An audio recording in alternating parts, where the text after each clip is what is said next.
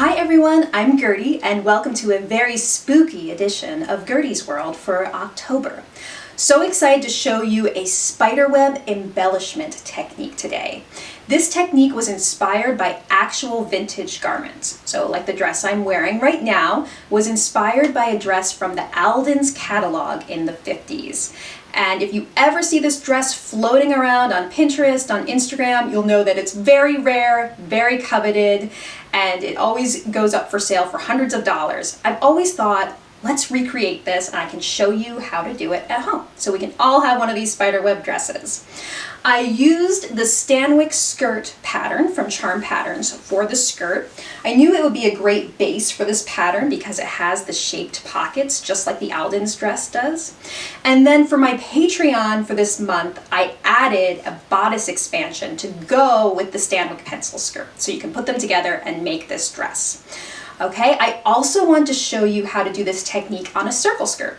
I have on my Pinterest boards a picture of a vintage skirt, a circle skirt with this embellishment technique as well, and it looks gorgeous, very Julie Lynn Charlotte poodle skirt inspired.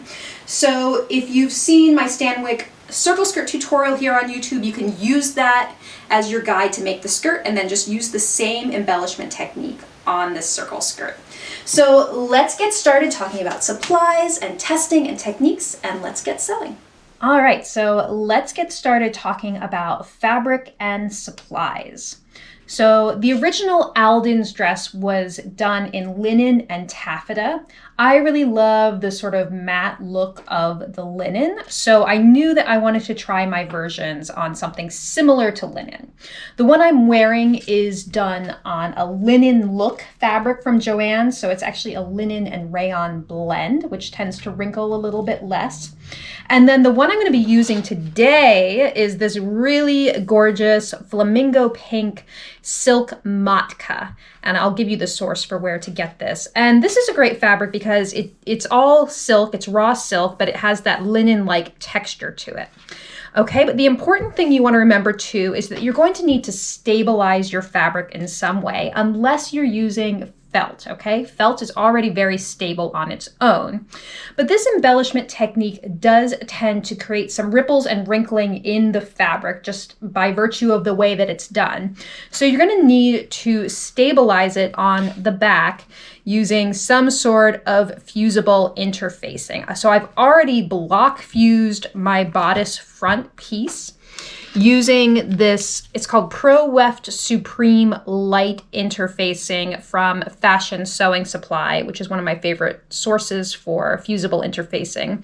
You can use any weft interfacing, a tricot would be good, anything fusible that plays well with your fashion fabric. My number one piece of advice would be to test it. So do some little squares where you fuse the fusible to your fabric and see how it feels, and then also test the embellishment on it, okay? So that's the interfacing that I used. I have my bodice front here all cut out. Very important, no matter what pattern you use, you can use any bodice pattern with darts is totally fine. Anything that doesn't have like a princess seam or something like that that's going to disrupt the pattern of the spider web too much. So it doesn't have to be my pattern.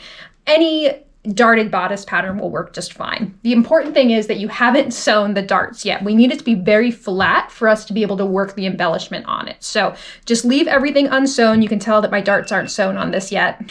And you'll also want your pencil skirt front, okay? So like I said, this is the Stanwick skirt, but you could use any pencil skirt, and just make sure that none of your seams or anything are sewn yet.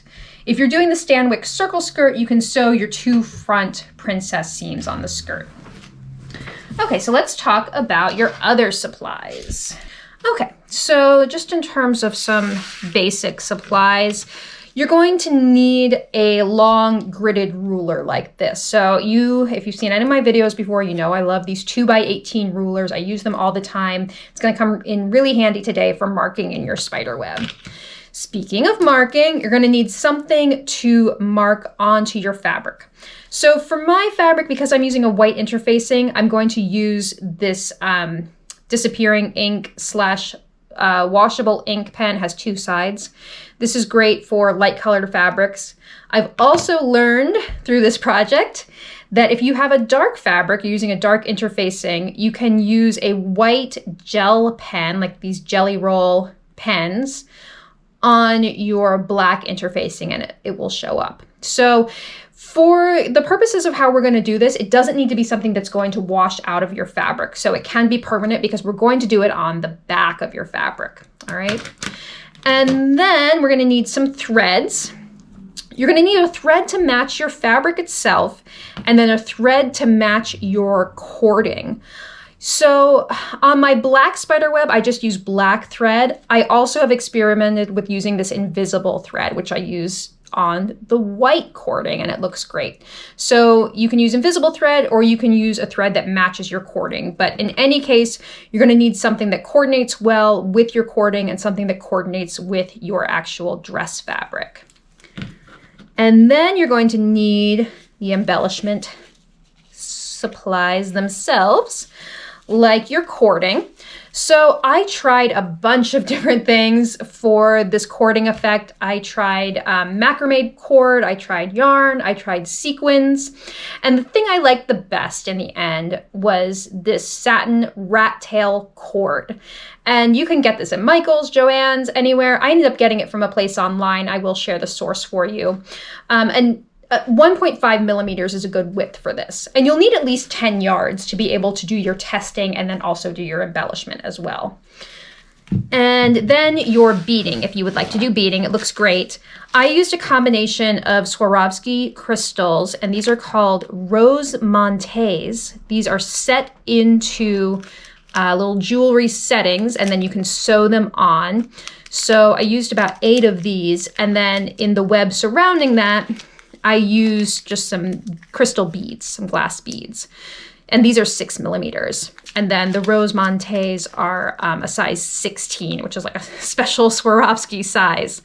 Okay, so just a combination of crystal rhinestones and crystal beads is great. And then what else? Okay, so then you also need a special foot to do your cording with. For my Bernina, I ended up using the number 12 cording foot. And what's special about it is that it has this little gutter underneath where your cord runs under your foot. All right, so it just creates this space for you to be able to sew over a cord. Now, every machine has some sort of cording foot option. So I'm going to link you to another video that shows you a bunch of options for how to sew on cording, because she was really, really thorough and I learned a lot from her. So you're just going to be looking for something that does some sort of cording or piping foot, something that you can sew over a bulky cord like this. All right, so I think that those are all your specialty supplies for this project. The next thing we're going to be talking about is how to mark in your spiderweb. All right, so let's get to marking the wrong side of our fabric. So working from the wrong side of my bodice, and the spiderweb on your bodice should be, it doesn't have to be, but I put mine on the right shoulder, which let me do the skirt spiderweb on the left hip. So they should be opposite in any case. So I'm going to be on the right side of the fabric as I'm looking at it. And what we're going to do is we're going to make one vertical line and then cross it to make a cross at perfect 90 degrees. And then we're going to make an X at 45-degree angles. And that's pretty much it for the spokes of the web. All right, so I'm going to come up from the waist using my gridded ruler. I'm going to make it level with the waist down here. Make sure you can see this. So I'm level with the waist here, and then I'm coming up through the point of the dart. Okay, so I'm going to make a line from the point of the dart up to the shoulder. And actually, I want to use my blue side of this pen so that it doesn't disappear before I get a chance to sew this on. And anywhere that a line goes into a dart like this, it's just going to disappear. It's going to get sewn into the dart, okay? So you can just draw it a little bit past the dart mark, and then you don't have to go all the way down to the waist. All right, so that's our first line, the vertical line. And then we are going to draw a perpendicular line about right here. What you're thinking about is where do you want the center of your web to be? So where it's going to start radiating out in those sort of rungs. All right. So I guess the terminology I've been using with myself is it has spokes and then it has rungs where it kind of meets in those little curves. So where do you want the center of your web to be? I think about right here is nice, just past the curve of the armhole. All right, so I'm gonna align my grid here so that I have a perfect 90-degree angle, and I'm going to draw my horizontal line across the bodice like that. This pen's getting a little dry. There we go. All right, so those are the first two lines. The next line is going to run like this at a 45-degree angle. So what you need to do here is I always find a 2-inch grid on the ruler. So the upper right point of the grid will be aligned at the center of your web, and then the lower left point of that 2-inch square will align with that same vertical line where we set up our web. Okay, so now I know I'm getting a perfect 45-degree angle going right through my X. And you'll notice again, we have another line disappearing into a dart, which is totally fine. That's just where it's going to stop stitching, right? So it just kind of disappears very organically, which is nice. All right, and then our final line, you can just align one of the grids with the line you just drew. And this one is going to go from the neckline through the center of the web, and then it ends in this bust dart over here. So that's as far as I need to go. All right, so those are the spokes to my web. Now I need to think about the rungs. So if you think about how a spider web goes, it has these little curved lines that radiate outwards. So on the bodice, I'm going to draw a mark at an inch away, just a little hash mark like that, inch away from the center. And this is going to be your first round of radiating webs.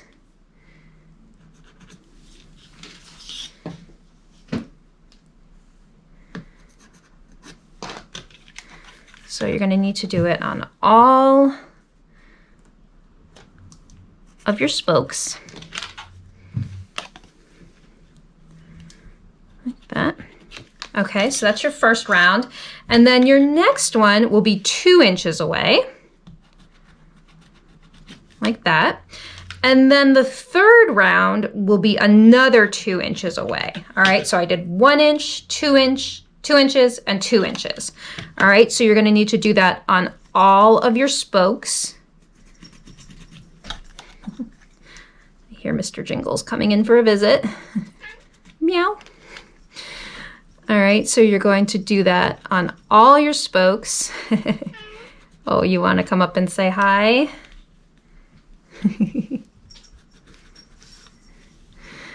All right, and if it disappears off the fabric, then you can just kind of give yourself a mark there just for your reference. But in cases like this, my next mark would be out here, so I'm not even going to worry about it because the web kind of disappears. So if any of you are experts in spiders or spider webs, I would love to hear if there's actual terminology for this. I kind of came up with it on my own here.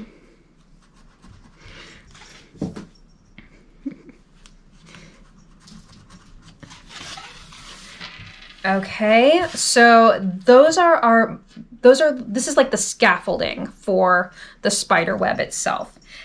And you'll notice that we have the marks on the wrong side, but we also need marks on the right side.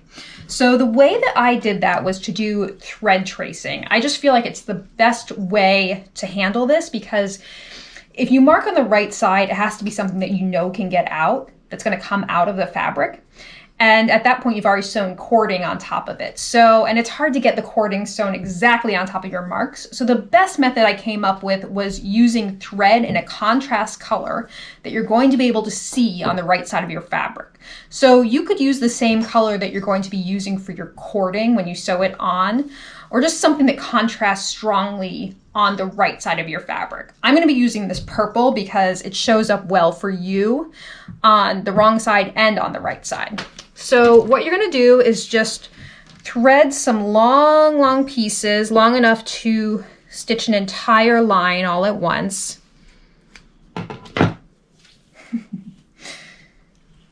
And you're going to thread a needle.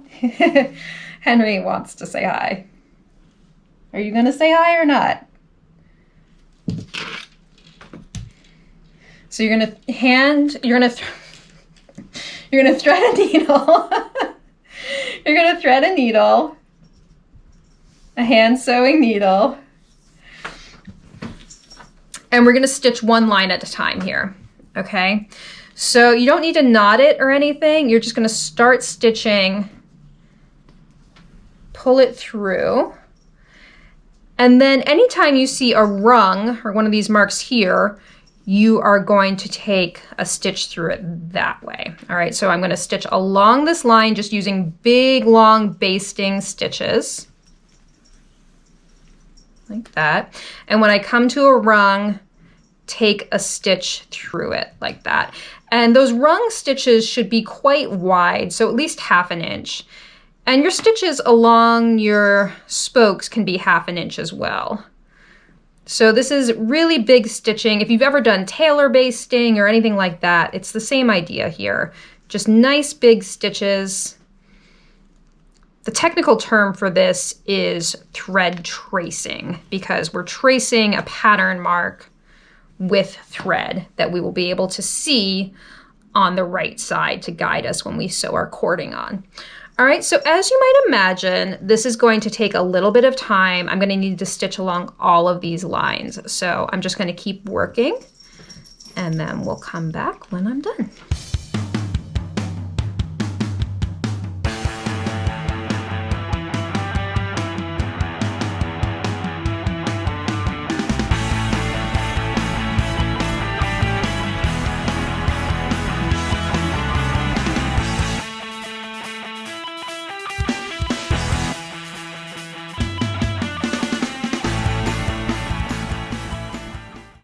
So I finished all of my thread tracing and you can see here what it looks like from the wrong side. And then on the right side, I'll have these lines to follow for my spokes and then also lines to connect the rounds of webbing between them. All right, so next thing we're gonna do is mark the pencil skirt front. I'm just going to show you how I did the spacing on that. It's the same idea, but I do just want to like give you a little bit of guidance for how I did mine. So here's the back of the pencil skirt front. And as you can see, I've interfaced the entire thing just like I did the bodice. It's a lint roller. All right, and so as you'll remember, I'm sure, you're going to want your web to be on your left hip. All right. So the first mark is again going to be your vertical mark. And I did mine so that, see this is the curve of the pocket, the upper edge of the pocket. I did my vertical mark so that it's 1/2 inch away from this vertical edge of the pocket. So 1/2 inch away here. And then it's going to extend all the way down to the hem of the skirt. All right, so essentially I'm going to start drawing a line here, 1/2 inch away from this vertical line.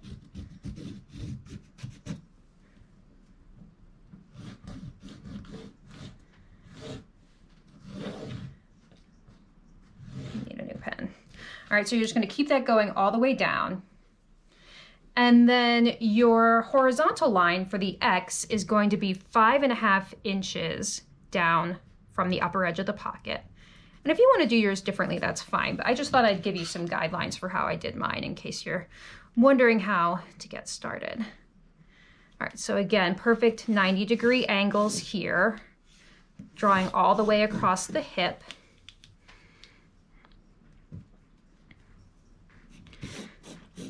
And also worth noting that I just kind of made these numbers up. The way I did it was I looked at the vintage dress, I had my skirt pattern out, I had the pieces out, I kind of like, you know, started drawing lines and held it up in the mirror to see if I liked where it was gonna fall on my body.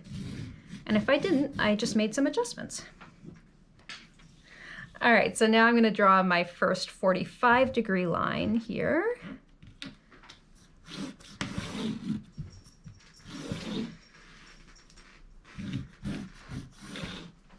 And I am definitely out of blue ink now, so let's see. I think I had another one of these here.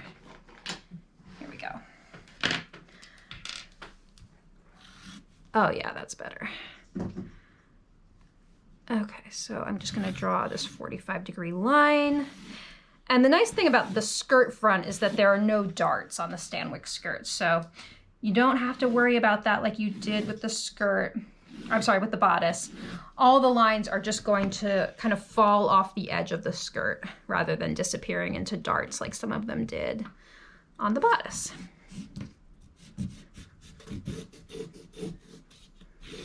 So now that you have drawn in your lines, you're going to need to mark your rungs. And I did the spacing a little bit different on the skirt just because there's a little more real estate to work with. So I wanted the web to be a little more spread out. So I did the first mark 1 inch from the center, just like I did on the bodice. And then the next mark is 2 inches from your first mark. And then the next mark is 3 inches from the previous mark, and then 4 inches from the previous mark. So it grows slightly each time. 1, 2, 3 inches, 4 inches. And because some of these lines are shorter, they'll just sort of drop off the edge, which is totally fine because the web is sort of offset on this piece. So for instance, on this line, again, 1 inch from center, 2 inches from your previous mark, 3 inches from your previous mark, and then 4 inches would be off the piece. So I'm just not going to worry about that 4-inch mark. All right, so you're going to do that on all of your spokes, and then you're going to thread trace just like we did on the bodice. Okay, so just wanted to talk briefly about how you would mark your circle skirt if you choose to do this on the circle skirt rather than the pencil skirt. I marked it a little bit differently, or I oriented the spider web just a little bit differently. The marking was the same, except that I did not use any stabilizer because, like I said, the felt is stable enough on its own. So that's nice. I used the gel pen to mark in white on the wrong side since it's a darker color. And what I did was I oriented, rather than having the first line be straight up and down, I oriented it so that it was going parallel with one of these gore seams on the front of the skirt. I left the side seams unsewn and I just sewed the front gore seams. So I have half of the full circle. So 5 inches away from the gore, I just drew a line parallel from the hem of the skirt up to the waistband. And then I made that same pattern with making a cross and then an X and then marking my rungs. Now I did do something a little bit differently on the spacing because I had, again, more real estate. So that meant I wanted the spacing to be a little bit different. So I made the first rung 3 inches from the center and then 4 inches from my first mark, and then 5 inches from the previous mark. And I let these little pearls in the center kind of act as that inner rung. I did the same embellishment, but I added a little spiderweb brooch on this one. The only thing I did differently with the sewing on this one is that the cool thing about wool felt is that you can actually puncture it with an awl and thread the cording to the wrong side. So rather than have a cut raw edge of the cording at the bottom, because wool felt you don't need to hem traditionally because you can just have a cut edge here. So I just poked a hole with an awl and threaded the end of the cord through there so it kind of disappears nicely at the hem. But everything else that I did was very similar to what I did on the bodice. So that's how you would do it on a circle skirt if you are interested in going that route. Okay, so now that we're all marked, let's talk a little bit about the technique you're actually going to be using to do the embellishment. It's called couching, and you can do couching by hand or by machine. And what it is it's taking something like a cord or a piece of yarn or something like that and then stitching it onto the fabric. And when you do it by machine, you do it with a zigzag stitch. So we're going to use a zigzag to stitch on either side of this cord to hold it in place. Okay, so that's the technique. And the important thing to remember about couching is that, like I said earlier, it can create a lot of rippling and bunching. So you really have to test your technique. I did stacks and stacks of these samples, just trying out different feet, different types of thread, and tension is going to be so important. You want a loose tension, but not so loose that your bobbin thread starts showing on the right side of your fabric. Okay, so now that you understand the technique a little bit, let me just take you through the orientation of the web. First thing we're gonna do is couch our spokes. So we're gonna do this one, that, and we're gonna get all those spokes in there. And then we're gonna create the webbing by creating these little curved lines of cord going from each of these rung marks. The inner one is the most challenging, and it can be done by hand to make it a little bit easier. It gets easier once you go to the bigger rungs, and we can definitely stitch those by machine. So might want to have a hand needle ready to do that center one, just because it does get a little tricky in those tight spaces. All right, so now that you understand the technique, now is the time to test it. So what I want you to do is to grab a scrap of your fabric, a nice big scrap like this, and make sure it's interfaced the same way with the same fusible that your dress is. And you can mark some lines if you want, or you can just kind of freehand it, but you're going to want to try doing this actual technique with the spokes and the rungs on your sample before you just go to town on your dress, okay? So I'm gonna go over to the machine and I'm going to just sew another one of these lines here to show you the couching technique. And then you have to promise me that you're gonna do a lot of testing on your own to really get all of the variables right before you start in on your dress. All right, so we're ready to sew our test webs. So I just want to talk a little bit about tension on your machine, because that's going to be the most crucial element of getting your webs to lay really nice and flat without a lot of rippling.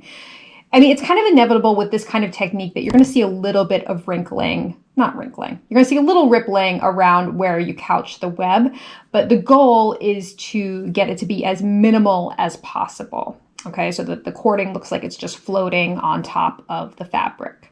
So your machine has two tensions, all right? So it has the tension for the upper thread, and there is tension for the bobbin thread as well. So definitely consult your manual if you're not sure how to adjust your bobbin tension, because that's something that people may go their whole lives sewing without knowing how to do.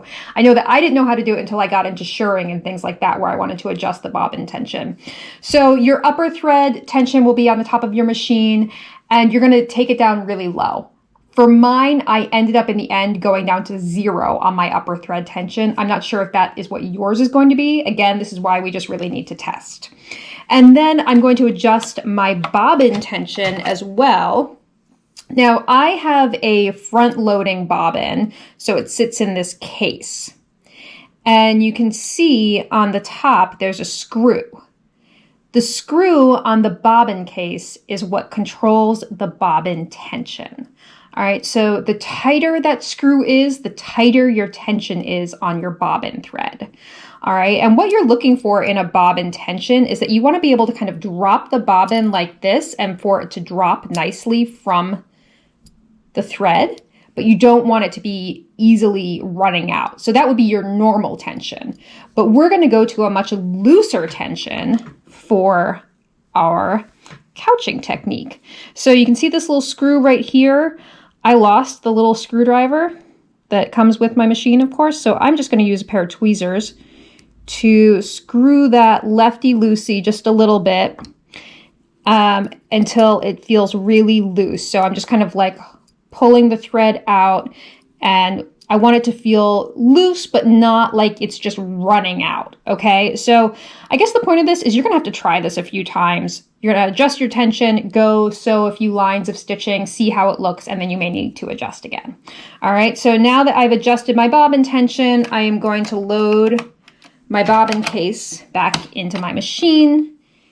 I'm going to pull up my bobbin thread, and I'm going to put on my cording foot. All right, so this is that number 12 foot that I got from my Bernina. I got it on eBay. It said it was a genuine Bernina foot, but I do not believe it is because of the way the number looks, and the screw already fell off of it. But anyway, it's doing the job. You're going to want to put your machine on a narrow zigzag. Mine is on 2.5 for my width. Okay, your stitch length can be like between 3 and 4. All right, so what you're going to do is just take some of your cording, and you want to just have it, you know, flowing nice and freely from your spool, or, you know, if you just have like loose cording, just make sure it's like flowing nice and easily. And what I'm going to do is I'm just going to do another line of stitching on my test here like this, going through the center. All right, so it doesn't have to be, you know, exactly how your web would look, though I will say I tried to replicate my web as closely as possible to what I wanted it to be on my dress. Like I said, I did a lot of tests, so I really, again, I'm just going to say it, just keep testing until you're really happy with it. All right, so what I'm going to do is I'm going to take my cord, put it on top of my fabric, and my test isn't marked, but you can mark yours up if you would like.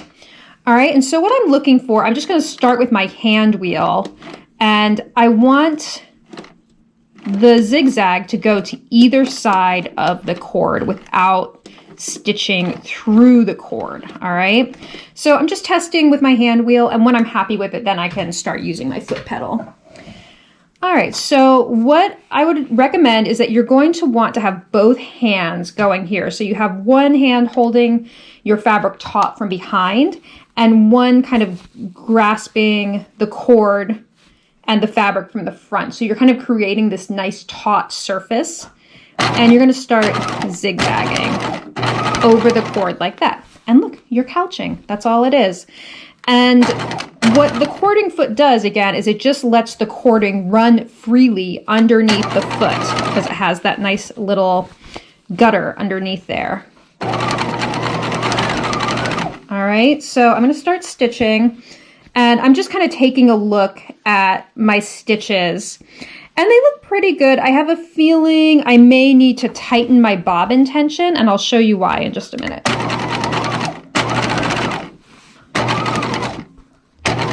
So you can see I've got a lot of threads built up on my test here, or a lot of cords built up on top of each other. So I'm just going to do a quick test here. So let's take this out of the machine, and I'm using my invisible thread, so hopefully you can't see it. And actually that tension looks pretty good. The one thing I was noticing is on the side here, if you can see your bobbin thread, and my bobbin thread is pink to match my fabric, you see it looping up like that. It may mean that your bobbin is a little too loose in terms of tension there. Oh yeah, see how you can see that right here? You can see the bobbin threads on my cording. That's what you don't want to see. So now I know that I need to adjust a little bit again. What I'm going to do is take my bobbin case out again.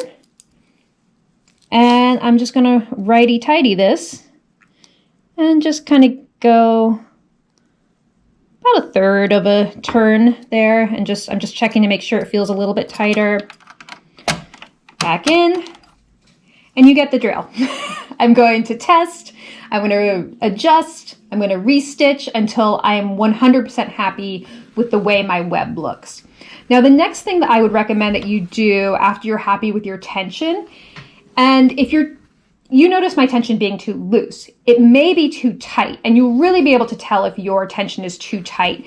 You'll see rippling around the fabric, and it won't lay flat when you stitch the web. Okay, so if it looks too tight and like it's bunching, that means you need to take your tension down.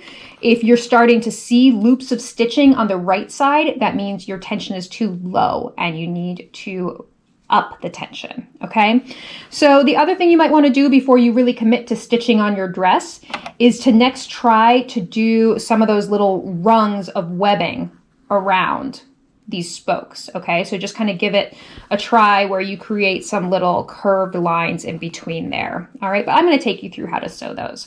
But I did just want to show you how to get to a perfect tension that you're happy with. All right, so the next thing we're going to do is actually sew the web onto our dress. Okay, so now we are ready to stitch our spider webs for real this time on the bodice. Okay, so again, just make sure you're happy with your tension. I tested mine a few more times and I like how it was looking. And you're gonna have your cord kind of over to the side. And again, just make sure that there's plenty of it kind of like loose and ready to couch onto your bodice. And you've got all your lines marked. So you're just going to start with following one of your spokes, right? That's what we called it, following one of your spokes. So I'm going to do the one that goes across the chest here first. So again, just place your cord underneath your presser foot. And I put it a little bit over the edge of the bodice. And I'm going to start stitching here. You can backstitch if you want just a little extra security. And what I'm going to do is I'm going to follow my thread tracing line. And again, it's really important that you hold this as flat as possible and just create this nice taut surface. That helps eliminate any rippling or wrinkling that might occur as well. So just kind of creating this nice little, like, almost like a little tabletop. It's nice and flat for the cord to be couched onto.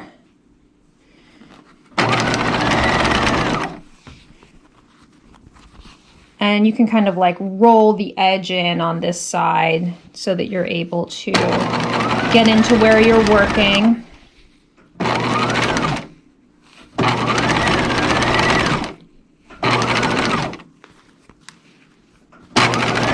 And go to one edge of the piece, backstitch if you like. And I'm going to end my stitching there. And you are going to trim your cord away and trim your threads away. And we're going to keep doing that for each one of our spokes. We are going to apply a line of cording, and they're just going to cross over each other at the center. So actually, let me turn it this way. It's easier to work with less fabric to the right of your presser foot. So however you need to orient your piece to make that happen is fine. And this is the one that's going to disappear into that waist dart. So you're going to start at the tip of the dart here. I just gave myself a little bit of extra cording. Again, I'm going to backstitch.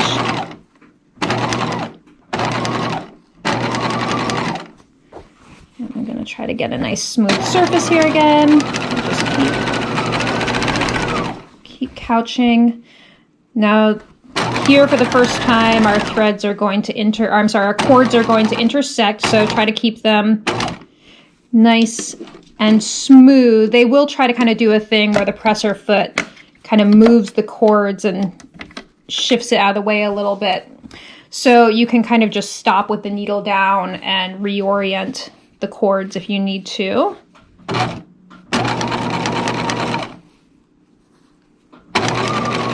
So you'll see I'm coming across like a rung mark here, and we don't even need to worry about that yet. That's just for when we do the webbing.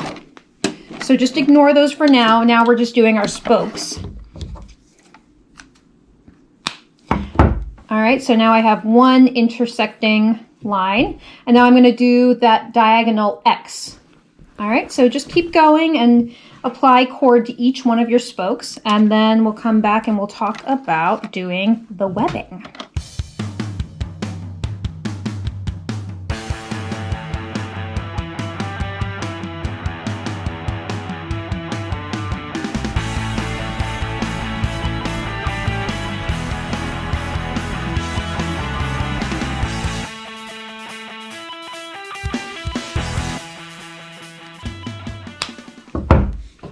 so we have our spokes all laid out. And I will just say, if you see your cord bunching at all, you can kind of like smooth it out like that if it starts to ripple. And sometimes it just needs to be smoothed underneath the couching stitching, and that can help quite a bit. All right, so the next thing we're going to do is I'm just going to kind of show you flat how we're going to stitch the webbing. And so we'll stitch the webbing on next. We'll do those outer rungs of webbing, and then we'll end with that tiny inner one. All right, so let's kind of review how the webbing is going to go around our spokes that we've sewn. So like I said, I would recommend leaving the inner one for last and doing that partially by hand. So we're going to start with this second set of rungs. I would start with this one right here because it's in the seam allowance, or start with anyone that's in a seam allowance if you have one, just because that makes it easier to hide the ends. So what we're going to do is we're going to start stitching about right there, and then you're just going to kind of freehand this. You're going to kind of create these curves, come back to your spoke right here, and then you're going to have to pivot with your stitching and create another rung right here, another web right here, and you're going to use these rung marks as your guide for where you should be placing these, okay? So they need to curve inward like this to create the look of a web. So it's easier, I think, than it sounds. I was kind of surprised that it was fairly easy to just freehand this on my own, having those two marks. All right, so we're going to couch it the same way we did with the spokes, but just we're going to be stitching in a web pattern now. So we're going to go around the second rung, and then we're going to do the same thing with the third rung, and then we'll come back for our final inner one that we're going to stitch by hand. Okay, so let's start stitching our webbing. So I've got my cord just kind of running off of the spool and making sure I've got a nice amount of slack there. And I'm going to start stitching at that point that we just talked about. I'm going to place the end of my cord at the rung mark, and I'm going to start stitching. I'm going to start zigzagging it down.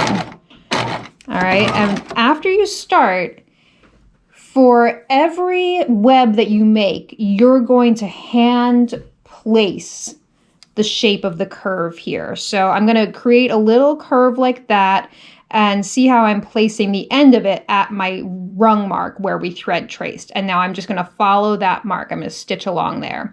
So it's just, don't get too caught up in it looking perfect. Every web doesn't need to look exactly the same for it to have a really beautiful effect. So don't get too caught up in that. Just try to create the rungs the best you can and follow along your curve.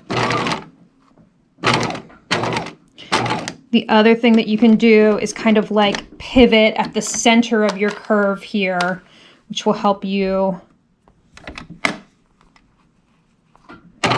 sew around the other side of the curve. All right, so now you see I'm about to stitch this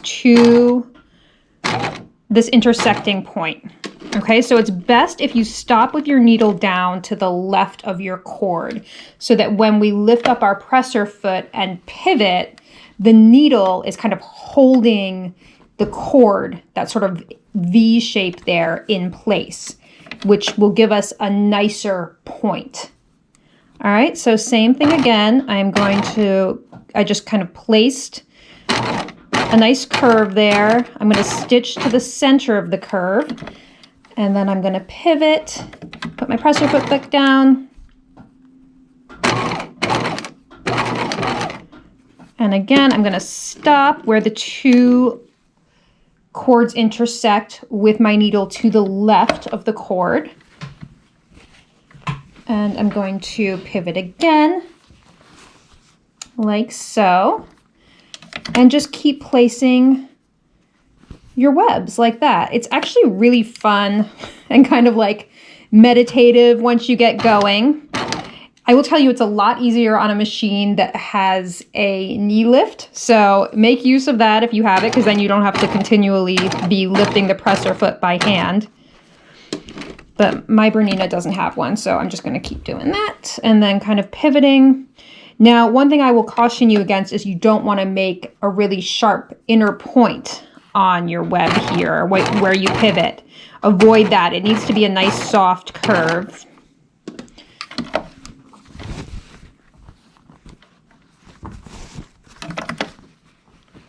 And just keep going around your web.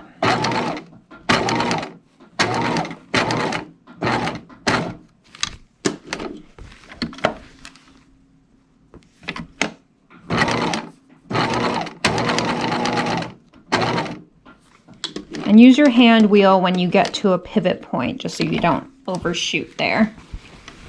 All right, now we're going to pivot. And you can see how this clear thread really blends in with my ivory cord.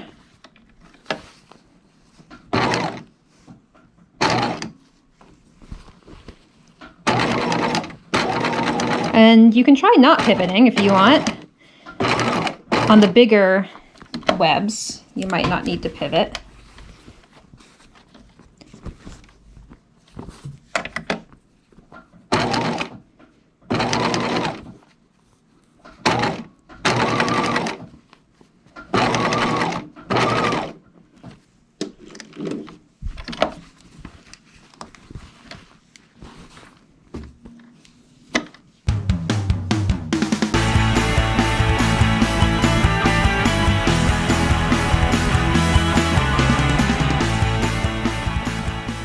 Okay, that's one web.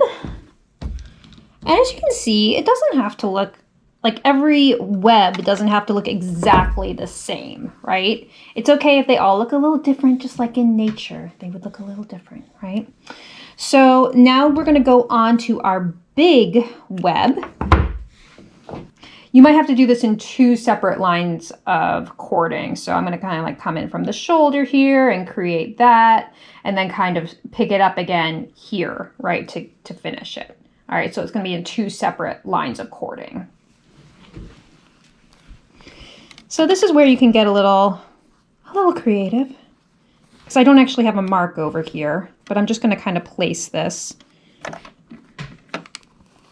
the way that looks best to me. I'm going to start stitching a third rung right here.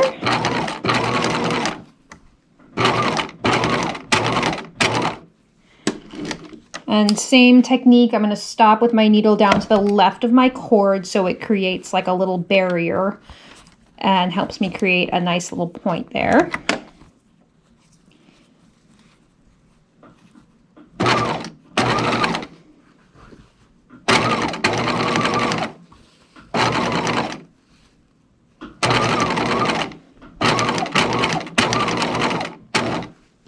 And that one's going to kind of disappear off the edge of the bodice, like so. Now I can trim that.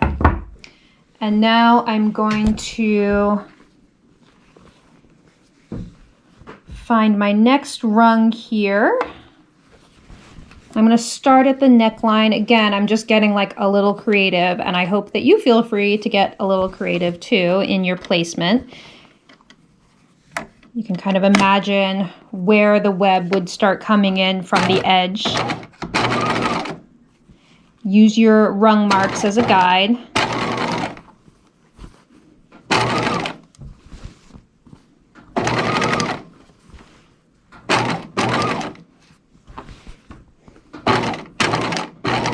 And there's a rung for me to follow now. And the bigger the spaces are, the easier this is, I find, because you don't have such a small space to work in. But it's the same idea. Again, you're just creating your curve. And on the bigger spaces, you probably don't need to pivot at all in the center of your web.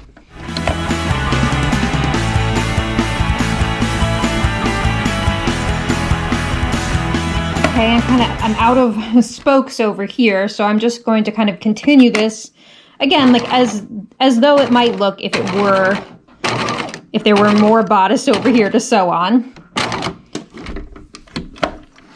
And there we go. That's a completed outer web. So the next thing we're going to do is go over to the table and place that tiny inner web, hand stitch it, and then you may end up finishing it by machine, but I'm just going to show you how to place it and hand stitch it because it is a little easier with hand sewing in that small space. And then we'll do the beading, and then that's it for the embellishment technique. All right, so let's talk about how to do the hand couching on the inner web. Now, you can try to do this by machine if you like, just give it some practice. I was sometimes able to do it successfully, sometimes not, so I found in the end it was a little bit better for me to do this by hand. So it's really the same idea as by machine.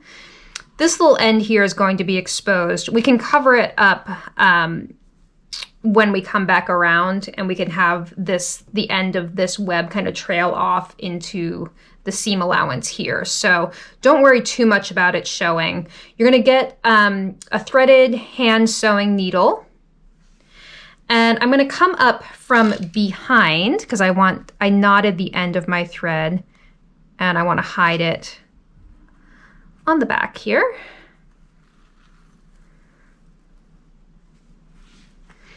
So same idea. You're going to create these little curves, but this time you're going to use a hand stitch where you're going to go down into the fabric and then diagonally come back out where you want your thread. I'm sorry, where you want your cord to be placed, like that. Okay, it's a little tricky to show you guys, but once you get the hang of it, it's not that tricky to do. So again, I'm gonna have my needle go back in to the fabric, and then in one fell swoop, I'm going to come back out at a diagonal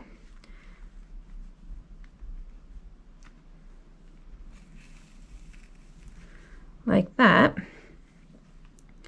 so that the cord is being held down with like these little horizontal lines of stitching.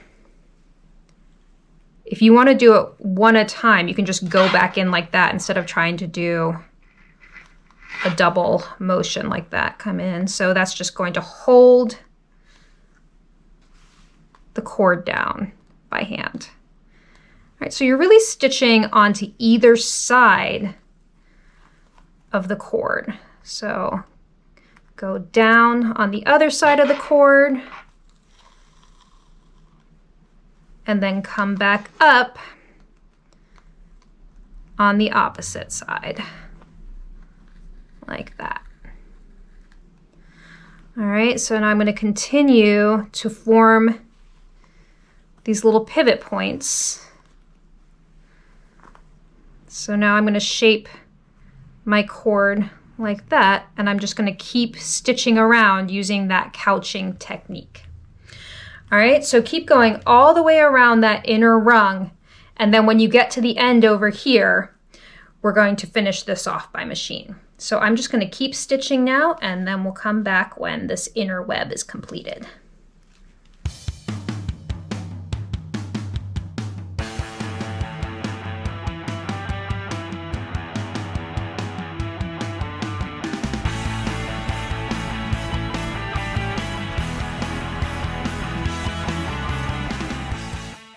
Okay, you've finished hand stitching around your inner web, and now I'm just going to show you real quick how to finish it off by machine. So here's my hand stitching, and then I've got this tail of cord left over. And what I'm going to do is I'm just going to cross over so that I hide the cut end where I started. And then I'm just going to put these two cords together as one and stitch off the edge there. And it ends up looking nice and very cohesive and neat if you do it that way. All right, so I'm just going to pick up machine stitching where my hand stitching ends. And you can do a little back stitch here. And I'm on the same settings as I did the rest of the machine embellishment on. So I'm going to cross over my cord here. Use my hand needle. My hand wheel to move the needle. And then I'm just going to put these two cords together as one. And this is a nice technique. You'll be able to use this on the skirt too, where you want to hide the ends of the cord if you can't hide them in the seam allowances. All right, so I'm just stitching over that one. It's okay if you kind of stitch onto both of those cords there. It won't show, especially in this clear thread. All right, there we go. So now I can trim these cords, and I'll just make sure to trim away any invisible thread there. But as you can see, I have a nice neat finish there, and I can even tuck that under a little bit more and just add a little hand stitch there to make sure that the end is concealed. The nice thing about this cord is that it won't fray, so it's not a big deal if you do have an exposed end, and if you do, you can kind of just do a few hand stitches over it and a matching thread to get it to adhere to the fabric, and so it won't be flopping around. So that's it for the cording. You're going to do the same thing on your skirt, and it's the same technique. You can just be really organic with the stitching of it. Do the middle web last, and then you'll be done with your bodice and your skirt. And the final thing I'm going to show you is how to do the hand beading on the web, which really brings the whole thing together and makes it look very glamorous. Okay, so before we get started with the beading, I just want to mention removing your thread tracing. You'll want to do that at some point before you start sewing your dress pieces together. So on the back, you can see here's my purple thread tracing. And what I would recommend that you do is just use a seam ripper to get in there, and you can actually cut through your diagonal basting and then just pull anything out like that. So I'll just go through and do a little cut through or pull it out if it comes out easily, and continue like that. And then you'll just take out all of your purple threads like that, so you won't see it on the right side. Okay, so once you're done with that, now we can put on our beading. So this is always very exciting. And I will say, like, a little beading goes a long way. So what I chose to do was put these Swarovski rose Montees inside the inner web. Just put one in each little piece of pie right there. And then I have these glass beads in an opal color, and I put one of each of these in these outer pies. All right, so on the bodice, I just did the 2 inner webs, and on the skirt, I did the 3 inner webs. I did another layer of the opal beads.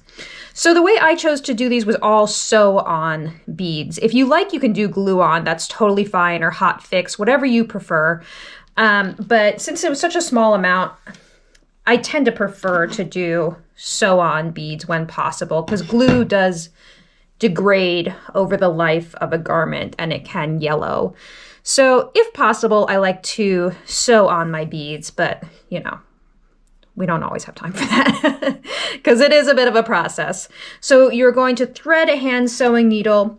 And what I would recommend is to use an invisible marker if you can, and just give yourself a little dot where you want each bead to appear. So one little dot in the middle of each piece of pie like this, so that you're not sort of like guessing when you go to do your placement. And then I'll do the same thing on the next round. Again, I feel like it looks really nice if you just do this organically and don't worry about finding the exact center of each piece, but that's just me. All right, so what I'm gonna do, these rose Montees have a jewelry setting on the back that's like a cross. So you can go through one side and then out the other, and it secures it to the fabric. So what I'll do is I'll come up next to one of these purple dots, like that. And then I'm gonna put my needle through one side of the cross on the back, like that. And then I will put my needle back down into the fabric. And then I'm gonna have it come back up again on the opposite side so that then I can go through the other side of the cross. Like that. And yeah, it will get caught on, your thread will get caught on your webs. It'll be really annoying. And then you can go back down. So you're kind of making a little square shape with your stitching. It's like sewing on a button, just the setting is a little different. So then you can just pull it through to the back. And you want it to lay flat as the goal.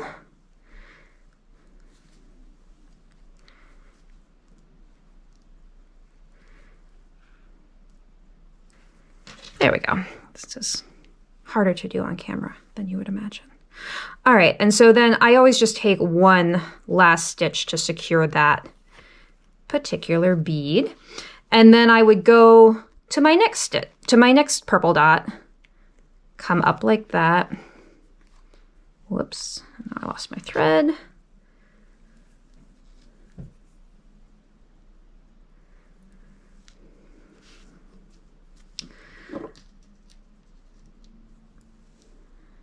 And again, I'm going to go through the setting in the back,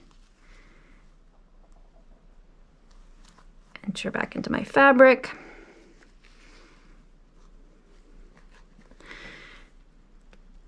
and then go through the other side of the setting.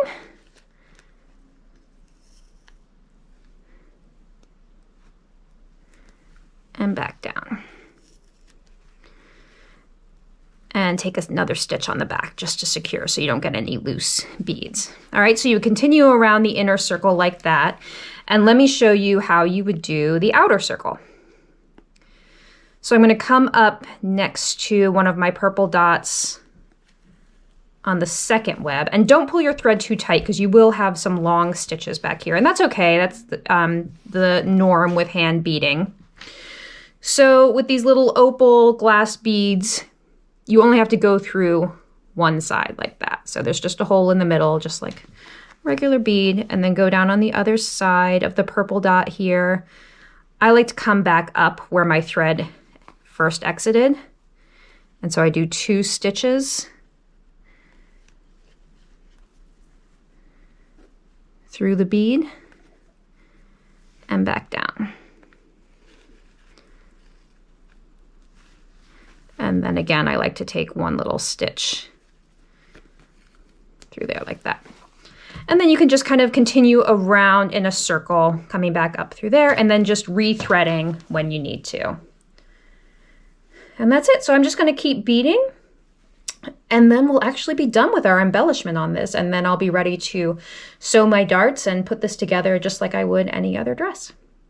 Okay everyone, so I finished doing my beading on my bodice, and you can see my embellishment is completely done on my skirt.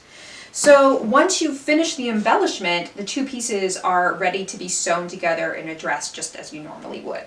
So following the instructions for your pattern. If you use my pattern on Patreon, or if you would like to use this pattern, go on over to my Patreon page, and there will be a separate video there showing you how to sew the rest of the dress. So how to do the darts, how to put in a bodice lining, how to sew the skirt and the pockets together, how to join them together, and how to do a back lapped zipper, and how to finish the whole thing off. So that is your beautiful, spooky, glamorous spiderweb embellishment for this month.